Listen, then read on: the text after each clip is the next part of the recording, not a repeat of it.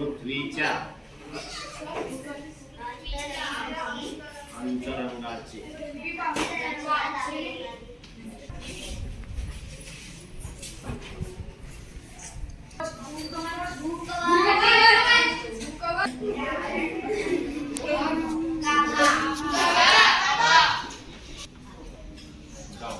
आता या भूकवचाचे दोन भाग है ना, खंडीय है ना, उच्च प्रावरण, निम्न प्रावरण पहिले, उच्च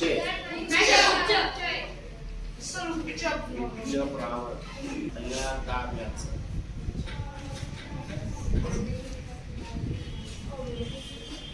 बाह्य भाग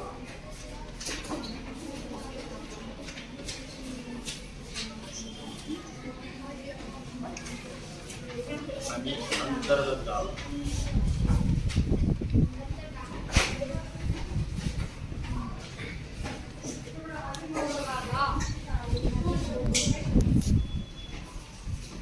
लक्ष द्या. तुमच्या पुढे आकृती इथपासून तर इथपर्यंत पृथ्वीचा जो केंद्रबिंदू तो इथे आहे. तर हे अंतर आहे म्हणजे आपल्या भूपृष्ठापासून तर पृथ्वीच्या केंद्रापर्यंत 3471 किलोमीटर.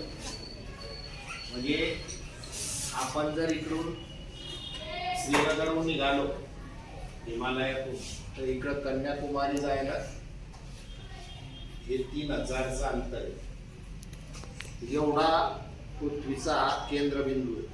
इथून पुढे गेलं की मग 6 आहे ना, 6000 होईल काही.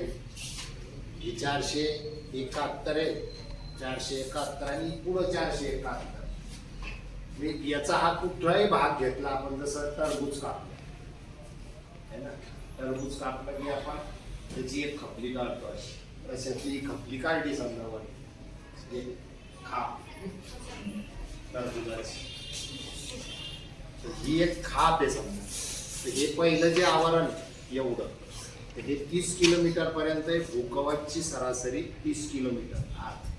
किलोमीटरवर फूट नाही, 1000 मीटर, 1000 मीटरचा 1 किलोमीटर होतो. ज्यावेळेस आपण 1000 किलोमीटर मोजत जाऊ, आपलं मीटर मोजत जाऊ, त्यावेळेस 1 किलोमीटर होतो. आपण तुम्ही एसटी न जाता तर बुलढाण्याला गेले तर बुलढाणा 23-24 किलोमीटर येतो.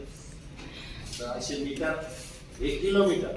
आता विचारलं आलं पाहिजे की किती मीटरचा 1 किलोमीटर होतो. आता सांगितलं किती, 1000 मीटरचा 1 किलोमीटर. आणि 3.28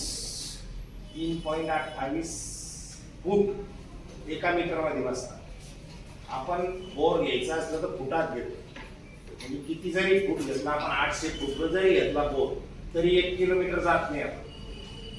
म्हणजे 800 फूट भागीला 3.28 केलं की ते मीटर मध्ये येतं. म्हणजे तुम्हाला जर विचारलं कोण किंवा मीटरचे फूट किती होतात, तर तुम्ही सरळ एका मीटरला मीटर मध्ये 100 सेंटीमीटर बरोबर 1 मीटर. सेंटीमीटर म्हणजे